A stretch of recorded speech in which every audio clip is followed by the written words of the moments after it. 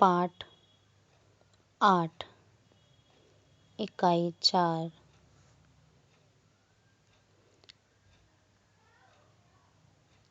4 जलवायु।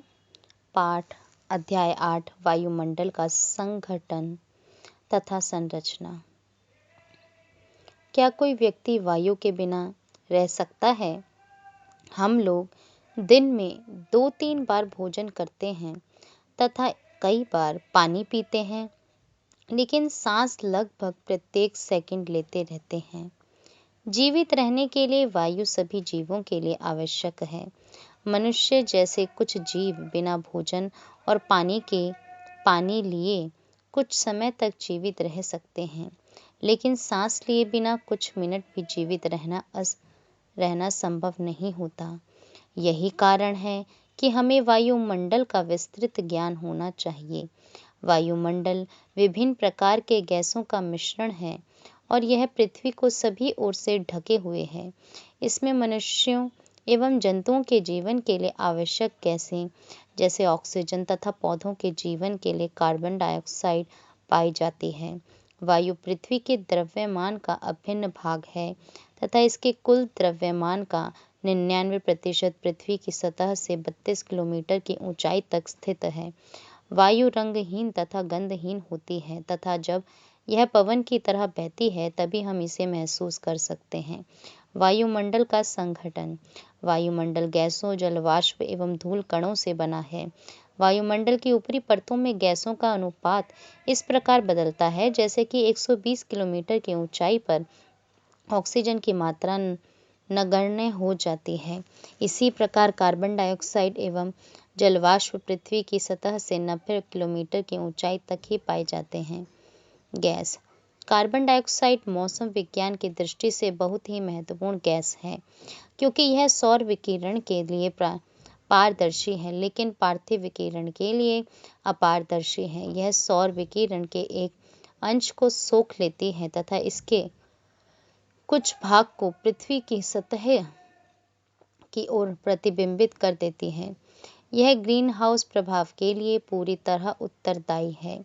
दूसरी गैसों का आयतन स्थिर है, जबकि पिछले कुछ दशकों में मुख्यतः जीवाश्म ईंधन को जलाए जाने के कारण कार्बन डाइऑक्साइड के आयतन में लगातार वृद्धि हो रही है। इसने हवा के ताप को भी बढ़ा दिया है। ओजोन वायुमंडल का दूसरा महत्वपूर्ण घटक है, जो कि पृथ्वी की सतह से 10 से 50 किलोमीटर की ऊंचाई के बीच पाया जाता है। यह एक फिल्टर की तरह कार्य करता है तथा सूर्य से निकलने वाली पराबैंगनी किरणों को अवशोषित कर उनको पृथ्वी की सतह पर पहुंचने से रोकता है।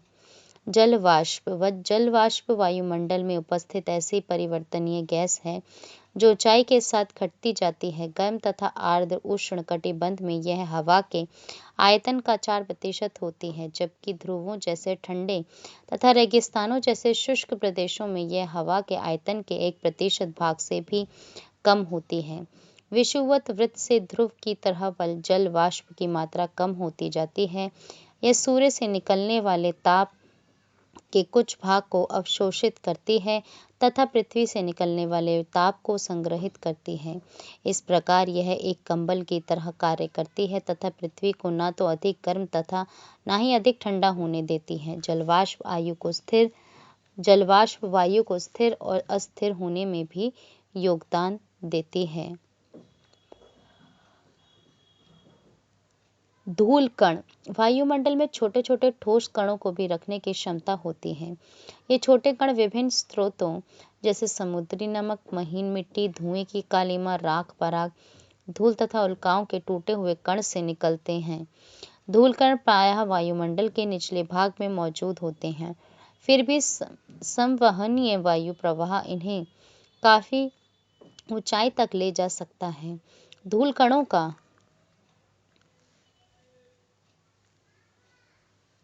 सबसे अधिक जमाव उपोष्ण और शीतोष्ण प्रदेशों में सूखी हवा के कारण होता है, जो विषुवत और ध्रुवीय प्रदेशों की तुलना में यहाँ अधिक मात्रा में होते हैं।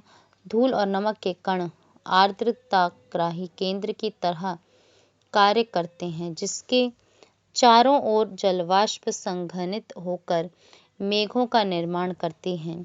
वायुमंडल की संरचना। वायुमंडल अलग अलग घनत्व तथा तापमान वाली विभिन्न परतों का बना होता है। पृथ्वी की सतह के पास घनत्व अधिक होता है, जबकि ऊंचाई बढ़ने के साथ साथ यह घटता जाता है। तापमान की स्थिति के अनुसार वायुमंडल को 5 विभिन्न संस्तरों में बांटा गया है। ये हैं क्षोभ मंडल, संताप मंडल, मध्य मंडल, बाह्य वायुमंडल तथा बहिर्मंडल। क्षोभ मंडल वायुमंडल का सबसे नीचे का संस्तर है।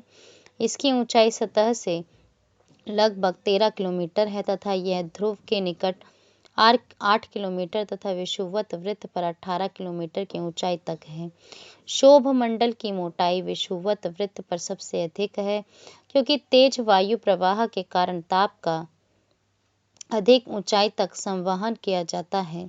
इस संस्तर में धूलकण तथा जलवाष्प मौजूद होते हैं।